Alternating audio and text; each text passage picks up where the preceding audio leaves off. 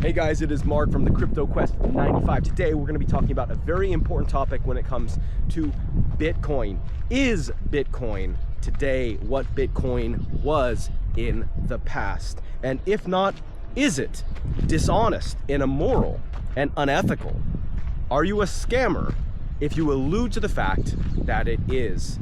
Well, we're going to be looking at a tweet from this guy, Vivek for Real, and see, is he a legitimate content creator with your best interest in mind, or is he taking advantage of your Bitcoin ignorance? Let's get into it right now. This video is going to be interesting. First off, it is a beautiful day out. Absolutely beautiful. And the cool breeze with the hot sun is a good combination. I am currently in central New Jersey.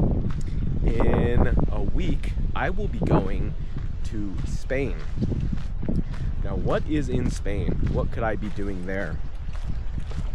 Well, morning.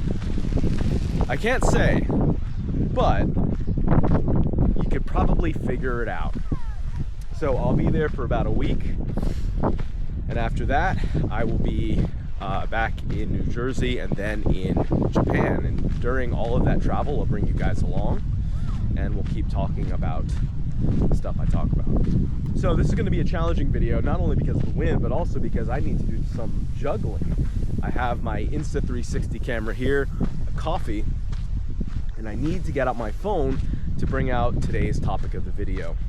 The tweet that I want to look at today and talk about today is a tweet from a pretty successful content marketer guy named Vivek for Real. He's a Bitcoin BTC maximalist who makes very encouraging tweets about Bitcoin and its future as the currency of the world. And while I try not to do too much content about specific people in Bitcoin, I like to talk about more general topics or principles. I did want to cover him because he stands for a larger concept, a larger idea that you find not just in Bitcoin, but really you find in any kind of niche where people get fanatically supportive. This tweet really got my attention, so I'm going to show it on the screen now. This tweet says, "You think one Bitcoin equals $1 million is crazy? Meet Hal. A week after Bitcoin went live in 2009, he predicted 10 million. In 2009. What a legend," Vivek says. Vivek. First off, I'm kind of curious. I don't think Vivek is real. I think he's just like an agency. It's like that Instagram account. I want to talk about this account in comparison to Vivek because I think there is a really important connection between them as far as unethical practices and deceptive marketing. But let's focus one thing at a time. Let's analyze this tweet. So what Vivek here is saying is that back in 2009, a week after Bitcoin went up, early BTC people could see that Bitcoin would be so big, would be worth so much money, it would be the currency of the entire world, that thinking today that it can't be or won't be, you would be a dum-dum, right? Today, Bitcoin is $60,000. At that time, Bitcoin was $0. Bitcoin had no value. So of course, $1 million per Bitcoin is nothing compared to what it will be. Well, there's a really big problem. There's a really big logical fallacy that Vivek here isn't seeing, unfortunately. And where this gets dangerous is that any of the young, impressionable, or people who just don't know Bitcoin or don't know cryptocurrency well enough might get trapped or lost in. In that pond, is what Vivek is saying true? Well, if it was, it would certainly make a compelling case that it is reasonable to assume that Bitcoin really could get to $10 million a coin, let alone $1 million a coin. But what if what Hal was talking about wasn't Bitcoin? Would what Vivek's saying still be true? This is the logical fallacy. This is worse than the ship of Theseus. I'll get to what I mean in a sec. But let's just analyze what Hal said and then compare what Hal said and what Bitcoin was at the time to what Bitcoin is now. As an amusing thought experiment, imagine that Bitcoin is successful and becomes the dominant world payment system through the world. The total value of currency should be equal to the total value of all the wealth in the world. Current estimates of total worldwide, blah, blah, blah, blah. That gives each coin a value of $10 million. What was Bitcoin at that time? What did Satoshi write about Bitcoin at that time? What did Hal believe Bitcoin was going to be at that time?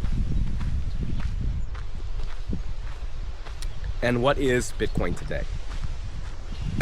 At that time, Bitcoin was described as peer-to-peer electronic cash. It was described as cheap, low fees. It was described as a block size that would increase as time went on. That is what Bitcoin was described as. It was described without the use of additional layers. It was described without the use of middlemen or custodians. It was described simply as what Bitcoin Cash is today. What is Bitcoin today? Bitcoin today is slow. Bitcoin today has absorbent fees, $50 at the time of making this video. $50 to send a transaction, no matter how small. All right, guys, hold on. Look at this. What is this bush? Doesn't it look like it's reflective silver? It looks like it's spray painted, but it's not. I want to touch it, but I don't want to get poisoned. That's really cool. I've never seen a tree like that, and there's only one here. But you see the logical fallacy? Hal is describing a coin that no longer exists.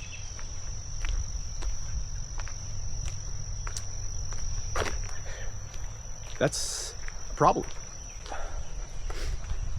What do you think these berries are, guys? Edible? And of course, in Vivek's tweet, he doesn't mention any of that. So if you read it, you would assume he's talking about Bitcoin because the word is the same word, but the product has changed.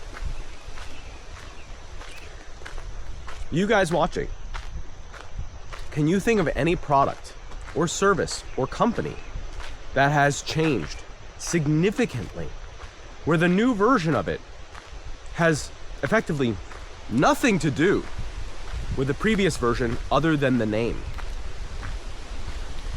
When we do thought experiments, a popular one is the ship of Theseus, which is if we have a boat and we call it Theseus and we sail it, and over time it gets damaged and we replace boards of wood on it, we replace the sails, the nails rust, so we replace them.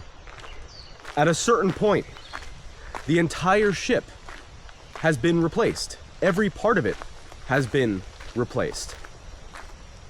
Is it still the same ship? And we use that thought experiment to describe our bodies, with every cell being replaced. Well, I guess your teeth kind of stay the same throughout your lifetime, minus your baby teeth. But that is not the thought experiment that fits with what we're talking about now. In this case, we're talking about the ship of Theseus, where every board is replaced, but new boards are not put back where they were.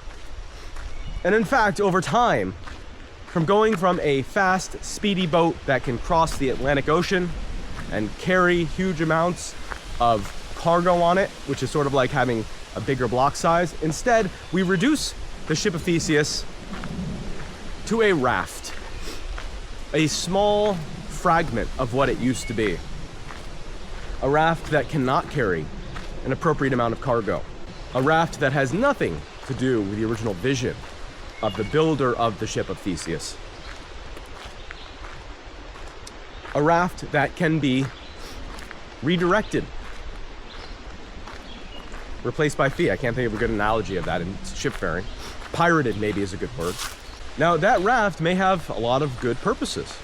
We may really enjoy that raft. In fact, there may be elements of that raft that are advantageous to the ship of Theseus. It is certainly cheaper to maintain. But is that still the ship of Theseus? So if we compare that raft to the original ship of Theseus, the people that built that ship saw the capacity of this ship in the future to carry goods all across the world, fast and cheap, and interconnect the oceans and all the countries around the world. The ship was big enough, almost like the Noah Ark, to do that. Well, the new raft, which is crippled and cannot do any of that. In fact, that raft is so crippled that it can't even function on its own as a payment system or a cargo delivery system. Instead, what you need to do is use a layer 2. You have to actually take the raft out of the water and put it you have to put it on another boat to bring it where it needs to go, because as its base layer, it's not a sailable vessel. That raft, if you were to compare it to the original ship of Theseus, you would obviously say that these are not the same. At best, you describe the raft as a crippled, hijacked, broken joke of what the original ship of Theseus was and what its vision was. The only component of the original ship of Theseus that is found on the raft is the banner that has the name Bitcoin. Here's another analogy between the two. You have your body. Ship of Theseus experiment, but with our bodies. Every cell gets replaced. Over time, the new you has changed in the sense that the cells have been replaced.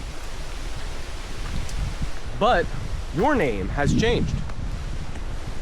Maybe you're a woman watching this and you got married. You're still the same person. Your cells may have changed as time went on, but functionally you're the same person. Your name has changed. You're no longer Miss Bitcoin. You're now Miss Bitcoin Cash. You have a new last name. But you would still describe yourself as being in line with the original vision of your life that, let's say, God had for you. You can still walk, you can still talk, you can still do all the things you could do 5 years ago, but your name has changed over the past 5 years. Some of your cells have changed, but you're still the same person. What about Bitcoin in this analogy? Well, Bitcoin is like you. If you're a woman, you don't change your name. Instead, what happens to you is you get a heart attack and you die. And you're a corpse at this point. When you're a corpse, you do not have the same functions as when you're living. A corpse cannot move around freely and walk around. In the case of peer-to-peer electronic cash, Bitcoin cannot be the payment system for the world. It is dead as a payment system.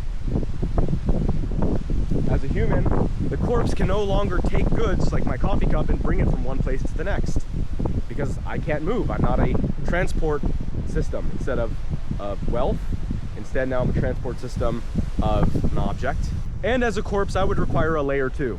I would require you putting me in a coffin and moving me from point A to point B. The way that Vivek, in his tweet, describes Bitcoin is just as dishonest as describing a corpse in place of a human. Yes, the corpse has the same name as the human did, but none of the functionality.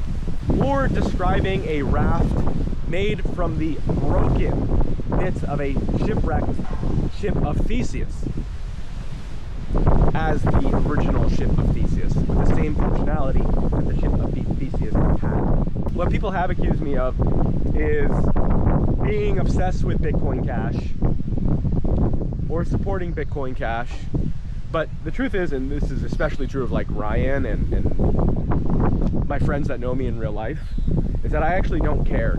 In fact, a lot of people in the Bitcoin Cash community really don't like that about me and get angry at me because I don't care. I don't have an emotional connection to Bitcoin Cash.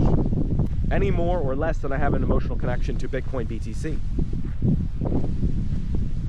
Now, I actually don't have any Bitcoin BTC right now because I lost it all. The story about how is on my YouTube channel. You can kind of look for it. But yeah, I lost it all. Keep your own keys. Don't use exchanges. What I don't like is dishonesty. That really bothers me. I mean, I guess I'm dishonest to a degree, and everyone is. But I just mean blatantly lying for financial gain and using a platform with many followers to do that. And in my opinion, Vivek, for real, who has close to 70,000 followers, is intentionally building a false narrative on a false logical premise to get people to buy more Bitcoin, thus increasing the price appreciation of the coin that he holds. That is what I have a problem with. If you like BTC, if you like Bitcoin, that's fantastic, great. If you like Bitcoin Cash, that's fantastic, that's great. If you like Monero, that's fantastic, that's great. But don't mislead and lie that your coin has pros and cons that it actually doesn't have. Monero is a fantastic currency. Fantastic. Fantastic. But it has cons. Same with Bitcoin, same with Bitcoin Cash. The problem isn't that you like your politician. It's that you make excuses, lies, and logical fallacies to support your position. That I don't like. I got out of the wind, and now I got out of the forest, and it was so nice and calm in there, and the wind out here makes it hard to hear the video. So, but that's the point of this video, is not to say that you're a bad person if you like Bitcoin. It's not to say you're a good person if you like Bitcoin Cash. It's not to say that Vivek is a bad person for liking Bitcoin. It's that he is using a logically false argument to support his position, and he knows it. He knows, as everyone else, that the original function, I don't care about vision, who cares? But the original function of Bitcoin was as peer-to-peer electronic cash. The original vision was you would be able to take your base layer Bitcoin and send it to someone else on the base layer, and it would be cheap, easy, and fun. Let's go with fun. Now it's none of those things.